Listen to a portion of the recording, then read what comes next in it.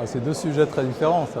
La réussite à l'école et la performance en entreprise. Ce qu'on apprend sur l'intelligence collective qui est rapport avec l'école, c'est que la performance d'un groupe, et contrairement à l'école, dans la vie réelle, on travaille toujours en groupe, et bien la performance d'un groupe, elle est due à la fois à la performance individuelle des gens dans le groupe et aux différences d'opinion, aux différences d'approche, aux différences de façon de penser des gens dans le groupe.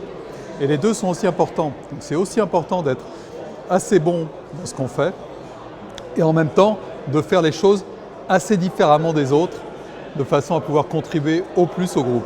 Si on fait la même chose que les autres, on ne contribue pas au groupe, le groupe n'a pas besoin de nous. Ce qui concerne la vie dans les entreprises, la performance des entreprises, eh bien, elle est toujours basée sur la performance des groupes.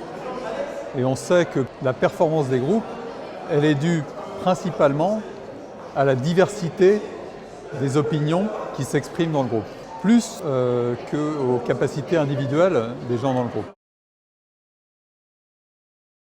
Alors, je ne crois pas à l'égalité des chances, déjà. Je pense que c'est un leurre et que la vie est trop cruelle. Mais bon, c'est sympa d'y croire, mais ce n'est pas comme ça que ça se passe. En revanche, je crois à l'égalité des différences.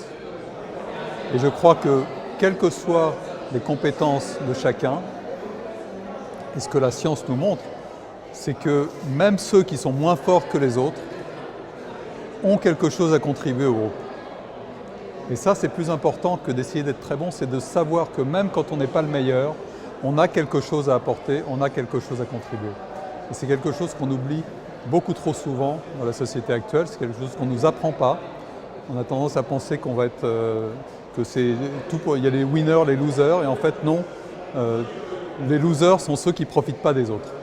Winner takes all, alors il y a des super winners, par exemple des présidents américains, il y a un grand président américain, Woodrow Wilson, qui a inventé la Société des Nations, qu'on peut considérer comme étant la plus grande, la première intelligence collective planétaire. Et il avait une phrase géniale, s'il croyait à l'intelligence des autres, il disait « J'utilise non seulement tout mon cerveau, mais tous ceux que je peux emprunter ». Et à l'époque, il ne pouvait pas en emprunter beaucoup, parce qu'il n'avait même pas de téléphone sur son bureau au début du siècle dernier. Mais aujourd'hui, n'importe qui, même n'importe lequel d'entre nous, peut très facilement, avec ça, mobiliser une espèce de foule dans son réseau social qui va pouvoir répondre aux questions qu'on se pose et du coup augmenter notre propre QI individuel en utilisant l'intelligence de ceux qui nous entourent aussi. Alors le problème, c'est que souvent, on hésite à poser la question. Voilà. C'est de croire, à tort, que l'intelligence collective est un phénomène émergent naturel. Moi, je dis souvent, je suis ingénieur en intelligence collective.